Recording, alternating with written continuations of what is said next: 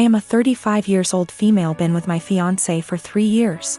We both work and we both share rent and other expenses. But my fiancé is currently looking for a new job. He lost his old job 3 months ago. My family lives 30 minutes away, and although it's been difficult this year, I decided to get my brother, who has a chronic condition and struggled a lot lately and was in the hospital for a few days for anemia. The one thing he's been wanting for some time. I got him an Xbox that cost me $300. He was so happy, and I'm glad I was able to cheer him up during those times.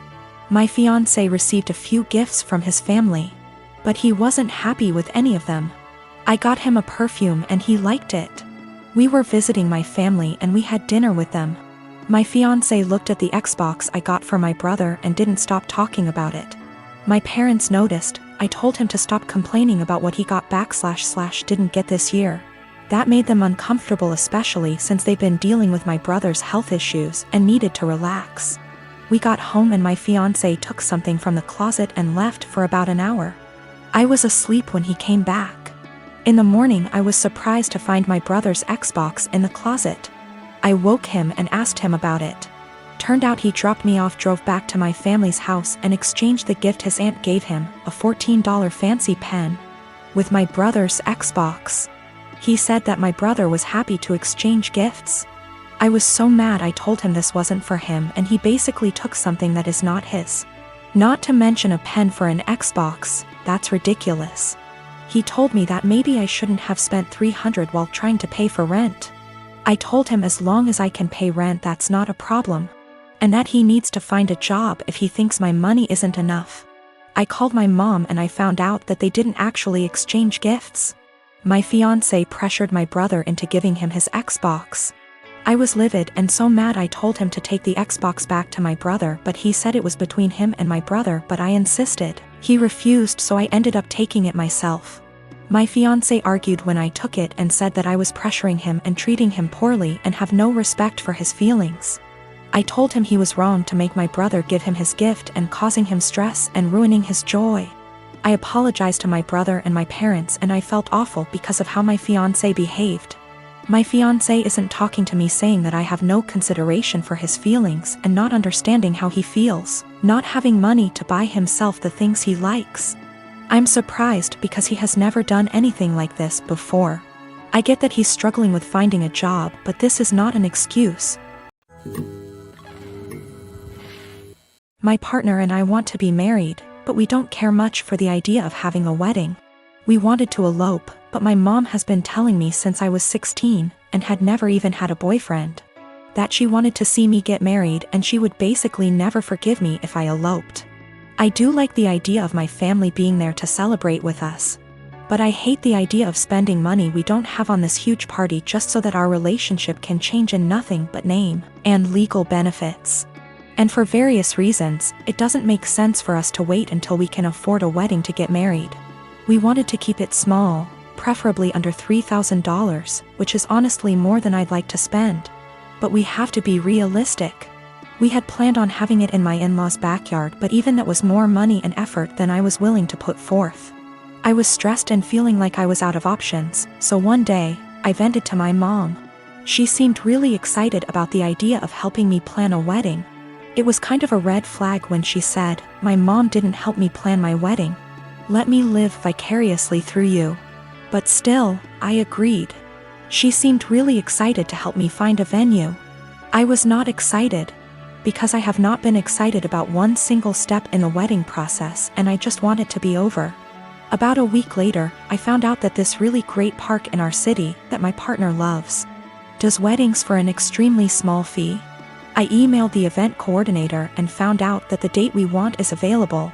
I told my mom, and her reaction was, "So I guess you don't need my help finding a place, then?" And every time I talk about it, she says the same thing. She has always talked about how shitty it is to guilt trip someone, but I feel like that's exactly what she's trying to do. I honestly can't tell whether or not I've done something wrong. Like, I'm not sure if I implied that I would only get married in a place she helped me find. I don't feel like trying to take action on my own wedding is that great of an offense, but I can tell she's upset. I want to make her feel better, but at the same time, I don't want to change our plans again just so that she can feel involved. My cousin Jake got outed about 4 or 5 days before his 18th birthday in the summer. His parents, my aunt and uncle, made arrangements for him to be sent to one of those awful camps that claim they could cure him. A kid in his community was forced to go and came back and was clearly not well, so Jake didn't want to go. Jake ran away from home and jumped from one family house to another. His folks didn't file a missing person report because they didn't want to look bad to their neighbors. They just told them that he went to that camp willingly. He disappeared in the middle of October and turned up in my city a week later.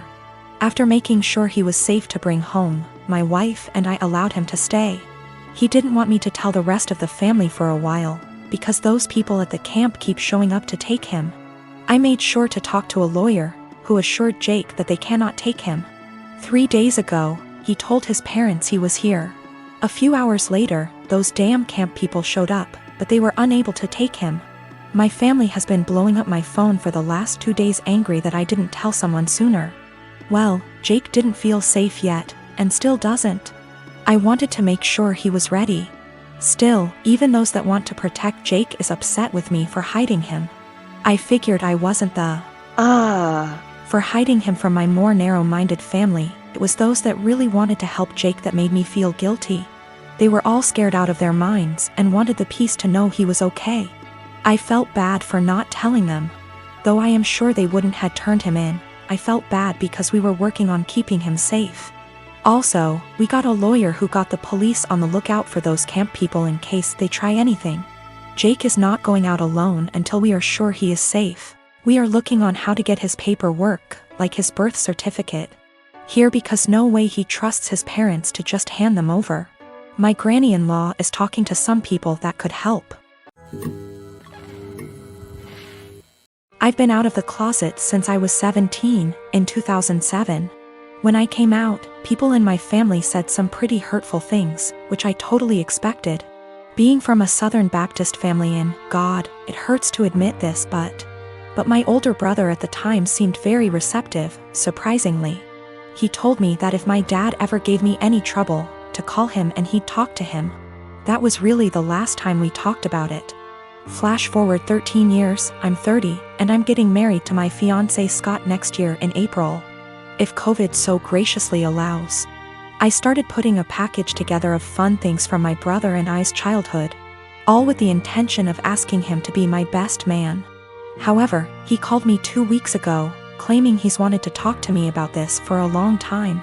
He went into the long tangent about how being gay is wrong and isn't what God wants. He said he thinks Scott is a nice guy and he loves me, but he doesn't think it's right that we're getting married. It was quite a shock, as Scott and I have stayed with him multiple times when we visit my hometown.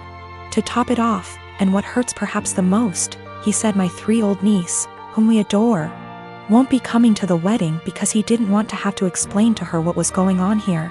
Notice he only said that she wasn't coming to the wedding. I think he fully expected to still be invited after this. His wife, whom he started dating when I was 12, feels the same apparently. My whole dad's side of the family feels the same way they do, but I've already written them off mostly in my mind. My mother is beyond pissed and upset at them. I think what upsets me the most is a sense of betrayal. They were my safe spot in the family. I felt like because they're close to my age and younger and went to college, they would understand and it wouldn't be a big deal to them. I almost feel a bit embarrassed because Scott comes from a wonderful Italian Catholic family and they've never been anything less than loving and supportive. I told them that, on what is supposed to be one of the happiest days of my life. If they or anyone else is sitting in the audience and in the back of their mind thinking that what we're doing is wrong or not right, they should just stay home. I know my brother and family love me, but it feels up to a point, conditional, and limited. I told them that they learned being gay is wrong. They weren't born not liking gay people. So they can unlearn it, if they were willing. But I don't think that's going to happen.